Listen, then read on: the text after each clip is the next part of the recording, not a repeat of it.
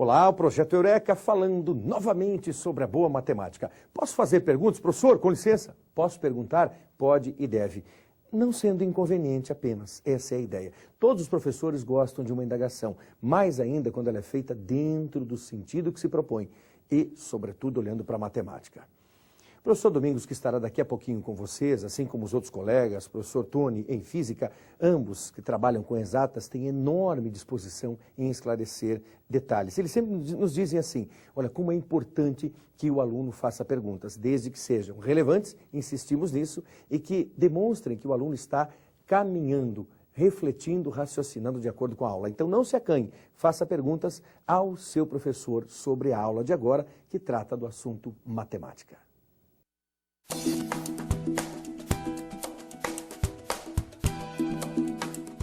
Olá, meus amigos. Estou aqui mais uma vez para falar sobre matemática, hoje sobre progressão geométrica. Lembrando que no nosso último encontro nós falamos sobre progressão aritmética. Falamos de PA e agora vamos falar de PG. Para a gente falar sobre progressão geométrica, a melhor coisa é pegar um exemplo de uma sequência que é a seguinte. Imagina lá, 2, 6, 18, 54, 162, etc. Repare uma coisa, se você tentar achar uma diferença que resolva o problema, por exemplo, se você fizer o segundo termo menos o primeiro, 6 menos 2, você vai ter 4. Mas se você fizer o terceiro termo menos o segundo, o terceiro termo é 18 e o segundo é 6. 18 menos 6 é 12. Então não existe, nesse caso, através de uma subtração, um número que seja constante. Então nós não temos uma progressão aritmética. Agora vamos pensar diferente. Pega o segundo termo e divida pelo primeiro. 6 dividido por 2, 3. Agora pega o terceiro termo e divida pelo segundo. 18 dividido por 6, 3. Se você pegar um termo e dividir pelo anterior, você vai ter um resultado constante que é 3. Nesse caso, então, nós temos uma sequência que é uma progressão geométrica. O que é uma progressão geométrica, então? É uma sequência onde cada termo a partir do segundo é igual ao anterior multiplicado por uma constante chamada de razão. Legal? Lembre que na PA, a razão é representada pela letra R, enquanto que na PG, nós costumamos representar pela letra Q. Que em homenagem à palavra quociente, que é o resultado de uma divisão. Ok, gente? Essa sequência que eu mostrei para você, 2, 6, 18, etc., é uma PG crescente. Mas a gente pode pensar diferente. Pense, 12, 6, e agora? 3, e agora? 3 sobre 2, 3 sobre 4, etc. É uma PG decrescente. Para você encontrar a razão, você divide um termo pelo anterior. Se você dividir 6 por 12, simplificando, você vai ter meio. Então você tem aí uma PG decrescente, cuja razão vale meio. Certo, gente? Vamos tentar bolar uma fórmula para a gente conseguir achar um termo qualquer da PG? Vamos lá? Só não esqueça que tudo aquilo que foi dito em PA está valendo. O primeiro termo é o A1, o segundo é o A2, o terceiro é o A3 e assim por diante. O último termo é o AN, também você pode dizer que é um termo genérico, um termo qualquer. N é o número de termos, ok? E Q, a letra Q, é a razão. Pense assim, o que é o segundo termo? O que é o A2? É o A1 vezes a razão, certo? O que é o A3?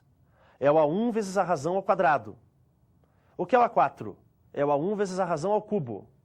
Se você prolongar, estender esse raciocínio, você vai chegar numa formulazinha que é a seguinte. AN igual ao A1 vezes a razão elevado a N menos 1. AN igual ao A1 vezes Q elevado a N menos 1. Essa fórmula é chamada de fórmula do termo geral da PG. Ok, gente? Nós vamos mostrar como é que a gente pode trabalhar com essa fórmula usando alguns exemplos, usando alguns exercícios. Tá certo? Mais uma vez, assim como eu fiz em PA, eu vou fazer uma ligação dessa fórmula com o termo interpolação. Interpolação? Para você que não viu ou esqueceu, interpolar é o mesmo que inserir, é o mesmo que intercalar, é o mesmo que introduzir. Para isso, pessoal, acompanhe este exercício. Interpolando-se 3 meios geométricos entre 162 e 2, obtém-se uma PG cujo terceiro termo é... Então observe aqui, gente. 162 é o primeiro termo, 2 é o último termo. Você vai colocar 3 meios geométricos. Meios geométricos? Os números que você coloca entre os dois da ponta, os dois extremos, são chamados de meios. No caso de uma progressão geométrica, meios geométricos. Agora, se você tem 2 na ponta e 3 no meio, você tem ao todo quantos? 2 com 3, 5 termos. Então você pode dizer o seguinte, usando a fórmula geral. A5, que é o último, é igual ao A1 vezes Q elevado a 4. Veja, esse 4 com esse 1 do A1 somam 5, que é o índice do A5. Repetindo, A5 é igual a 1 vezes Q elevado a 4. Ok? Substituindo, você vai utilizar o seguinte raciocínio e o seguinte cálculo. 162 é o primeiro e 2 é o último. Então, A5 vale 2. A1 vale 162. Vezes a razão, que eu não sei ainda, elevado a 4. Se você simplificar o 2 e o 162, você vai ter 1 dividido por 81. Você vai ficar com Q elevado a 4 igual a 1 sobre 81. Você tem que tirar a raiz quarta disso. Lembre-se, quando for uma raiz quadrada, raiz quarta, raiz sexta, uma raiz cujo expoente é par, você tem que colocar um mais ou menos aí na frente, né, gente? Então, Q a quarta igual a 1 sobre 81, Q igual a mais ou menos 1 sobre 3. Ok? Veja, nós temos duas opções, então. Ou trabalhar com a razão positiva ou com a razão negativa. Como eu quero o terceiro termo, o que eu falo do terceiro? Escreva lá. A3 igual ao A1 vezes a razão elevado ao quadrado, vezes Q ao quadrado. A3 igual a 1 vezes Q ao quadrado. Substitua. O A3 eu quero igual o A1, que vale 162. Confere? Vezes a razão que você achou, 1/3. Professor, qual eu uso? Eu uso mais 1/3 ou menos 1/3? Não, pode usar os dois. Mas ao mesmo tempo pode, fica à vontade. Então fica mais ou menos 1/3, tem um parênteses, elevado ao quadrado. Agora eu pergunto, o que é que acontece quando você eleva um número ao quadrado? Eu me refiro ao sinal da resposta. Sempre que você eleva um número ao quadrado, o sinal da resposta fica positivo. Então elevar mais 1/3 ou menos 1/3 ao quadrado, de qualquer maneira vai dar mais 1/9. Então, repetindo, A3 igual a quem? Ao A1 vezes Q elevado ao quadrado. O que deu isso? A3 igual 162 vezes 1/9. Legal, gente? Se vocês efetuarem essas continhas, 162 vezes 1/9 é o mesmo que 162 dividido por 9, você vai achar 18. Então, o terceiro termo dessa progressão geométrica vale 18. Ok, gente? Professor, eu fiquei na dúvida em relação a uma coisa. Essa história de mais ou menos. É que a PG, ela pode ser uma PG alternante. Alternante é quando os sinais variam. Por exemplo, você pode pegar uma PG 2, 4, 8, 16, 32, ou 2 menos 4, 8 menos 16, 32 e assim por diante. Se a razão for negativa, aí você vai ter a PG alternante. Bom, gente, assim como nós vimos lá na progressão aritmética que existe um artifício, quando você tem uma PA de 3 termos desconhecidos, aqui na PG também existe. Pense no seguinte artifício, na seguinte situação. 3 termos. O termo do meio, você vai dizer que é o A2? Até poderia, mas é facilitar, né? Vamos lá, o termo do meio é x. Tá? O anterior é x dividido pela razão, x dividido por q, que é a razão. E o posterior é x vezes q. Como é que é, professor?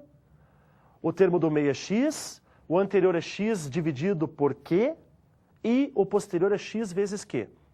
Eu utilizo esse artifício, que nada mais é do que uma maneira para facilitar os cálculos, quando você tem uma progressão geométrica com 3 termos desconhecidos. Eu falei de triângulo lá misturando com PA. Como é muito comum misturar geometria com progressões, eu vou fazer mais uma mistura também com triângulo. Vamos dar uma olhada? Imagine a seguinte situação. Você tem um triângulo onde os ângulos internos formam uma PG de razão 2. Então como é que eu posso escrever esses ângulos? Veja. X é um deles. Outro, x dividido por 2, dividido pela razão. E o outro, x vezes a razão, que você pode escrever 2x.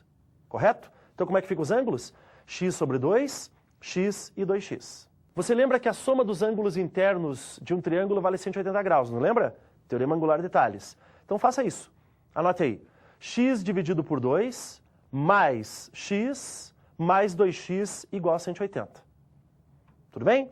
Professor, tem que tirar um mínimo múltiplo comum? Tem. Você tira o mínimo múltiplo comum. Observe os cálculos. Bom, como é que isso vai ficar? Isso vai ficar com a seguinte situação. X mais 2x mais 4x, tudo isso dividido por 2. Igual, do outro lado, 360 dividido por 2. Veja que você tirou o mínimo. Você elimina os denominadores, corta o 2 de baixo de um lado com o do outro, e fica com x mais 2x mais 4x igual a 360. Quanto dá isso?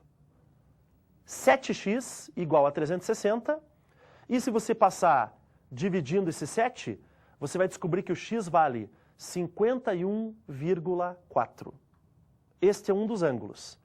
Como o outro é o dobro e outro é metade, a razão é 2, né, gente? Então, se um é 51,4, outro, o anterior, digamos, é 25,7, é só dividir por 2. E o último, o grande, 102,8. Esses são os três ângulos do triângulo. 25,7, 51,4, 102,8. Só por curiosidade, esse triângulo é um triângulo obtusângulo. Você vai falar, ai meu Deus, que dor no ouvido.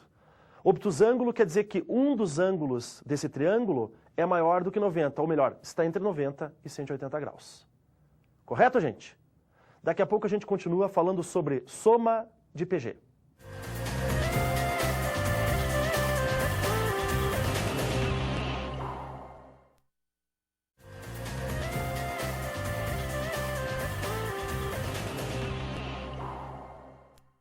Uma das grandes utilidades que você tem dentro de uma PG é quando você tem uma propriedade que fala dos termos equidistante dos extremos. Equi, igual, distantes, distância.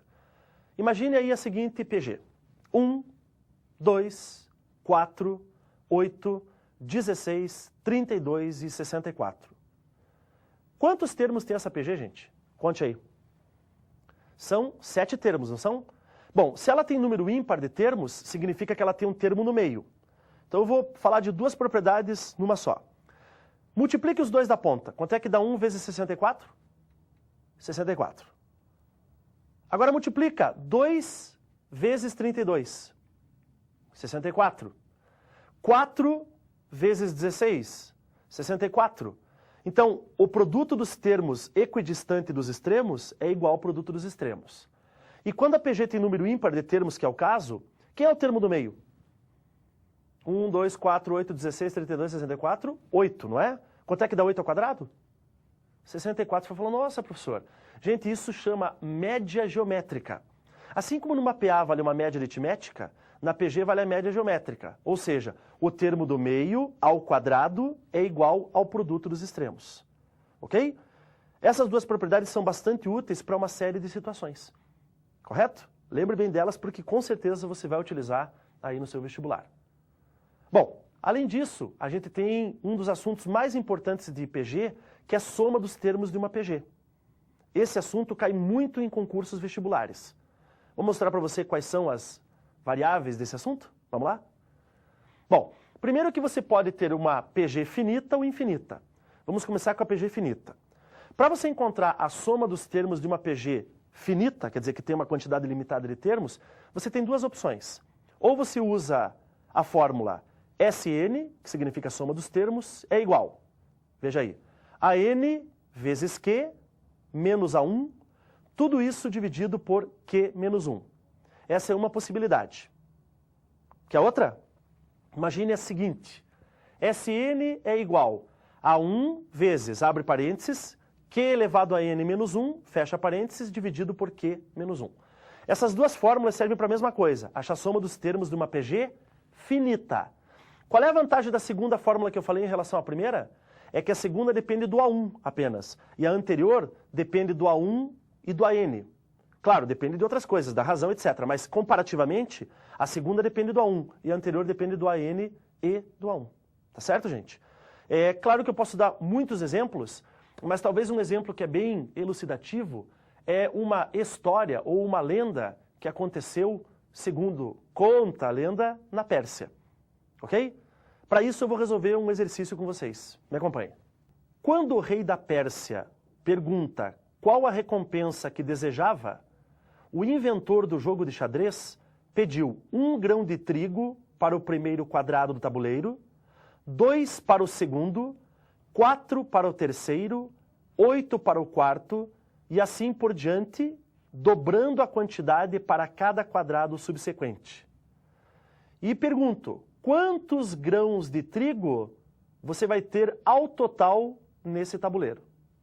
Para você que não sabe jogar xadrez, o tabuleiro de xadrez é o mesmo que o tabuleiro de damas. Ele tem 8 linhas por 8 colunas. 8 vezes 8, 64. Então são 64 quadradinhos que tem esse tabuleiro. Quando o inventor do jogo de xadrez fez o pedido para o rei da Pérsia, o rei começou a rir e falou, nossa, que pedido humilde. Eu imaginando que ele ia pedir ouro, ia pedir terras, riquezas, e ele me pede só isso. Bom, o que o rei não sabia é a quantidade de grãos de trigo que dá este cálculo.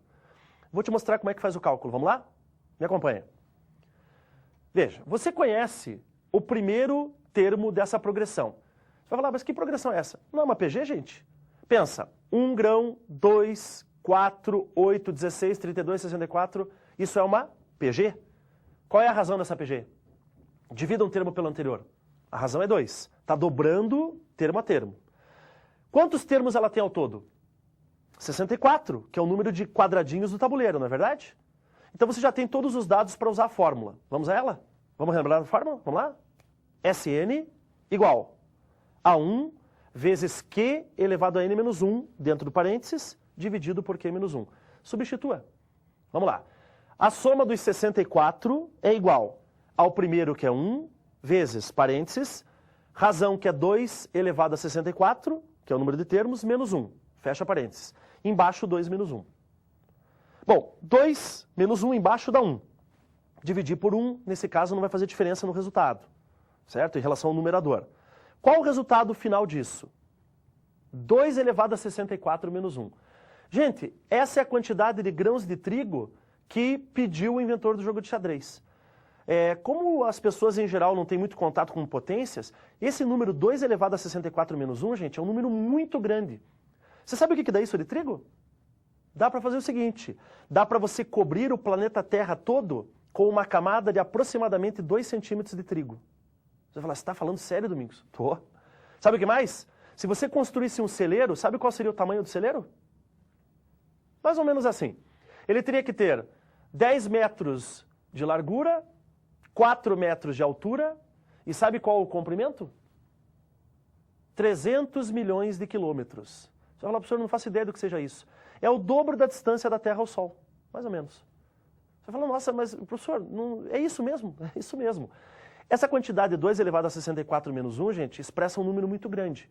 Para saber quantos algarismos tem esse número, até com logaritmos a gente pode ver isso mais para frente. Certo? Esta é uma soma de PG finita. Agora eu vou te mostrar uma soma de PG infinita. Professor, mas como é que eu posso somar alguma coisa que é infinito? Bom, vamos por partes. Primeiro, se fosse uma soma crescente e infinita, o resultado daria um número infinito. Então não tem sentido. Vamos nos concentrar numa situação, por exemplo, de uma soma infinita e decrescente. Pense o seguinte, você tem lá uma PG 16, 8, 4, 2, 1 e assim vai. Você vê que ela é uma PG decrescente, certo? Nesse caso, pessoal, a gente pode fazer uma soma. Mas, professor, como é que eu posso fazer uma soma se eu não conheço o número de termos dela? Na verdade, pessoal, a gente vai fazer um limite de soma. Digamos assim, é um máximo valor que essa soma pode ter. Pensa dessa forma. Para isso, pessoal, vocês podem pensar nessa PG mesmo que eu disse, 16 mais 8, mais 4, mais 2, mais 1, certo? E etc., mais meio. Sabe o que acontece? Os números eles vão diminuindo a partir de uma certa altura tanto que eles pouco vão fazer diferença nessa soma. É como se a gente pensasse assim. Na verdade não é exatamente isso, mas para efeito de raciocínio mais simples, a gente pode pensar dessa forma. Por isso que a gente pode chamar de soma infinita ou limite da soma. Para isso eu vou te dar um exemplo. Vamos fazer mais um exercício? Vamos lá. Uma forte chuva começa a cair numa casa, formando uma goteira no teto de uma de suas salas. Uma primeira gota cai e 30 segundos depois cai uma segunda gota. A chuva se intensifica de tal forma que uma terceira gota cai 15 segundos após a queda da segunda. Assim, o intervalo de tempo entre as quedas de 2 gotas consecutivas reduz-se à metade na medida em que a chuva piora. Se a situação assim se mantiver, em quanto tempo aproximadamente, desde a queda da primeira gota, a goteira se transformará em um fio contínuo de água? Bom, gente, em primeiro lugar, nós precisamos ver qual é a fórmula da soma de uma PG infinita, ou do limite da soma. Veja aí. A soma, que eu vou chamar de S, é igual ao A1 dividido por 1 menos Q. A1 dividido por 1 menos a razão. Com relação aos dados do problema agora. Caiu uma primeira gota, não caiu? 30 segundos depois caiu uma segunda. 15 segundos depois, uma terceira. Depois, 7,5 segundos, uma outra gota. Repare como os tempos estão se reduzindo à metade. 30, 15, 7,5 e assim por diante. O que nós temos? Temos uma PG decrescente, onde o primeiro termo é 30 e a razão vale quanto? Quanto é que é 15 dividido por 30? Meio. Se nós substituirmos esses valores na fórmula, nós vamos encontrar o resultado. Vamos fazer isso? Vamos lá? Então é o seguinte, a soma vai ser igual ao A1. Quanto vale o A1, gente? 30. Dividido por 1 menos a razão, que vale meio. 1 menos meio, você pode tirar o mínimo, dá meio. Tira o mínimo múltiplo comum ali, vai ficar meio. Então vai ficar 30 dividido por meio. Aí você repete o 30, multiplica pelo inverso, né, do 1 sobre 2, que vai dar meio, 30 vezes 2 sobre 1. Resposta, gente, essa soma vai dar 60. Então, 60 segundos depois que caiu a primeira gota, as gotas todas vão se transformar num filete de água.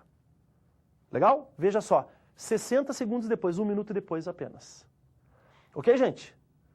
Bom, mais uma vez eu agradeço a presença de vocês, a paciência aí com a matemática, e nós nos encontraremos em breve para falar sobre funções.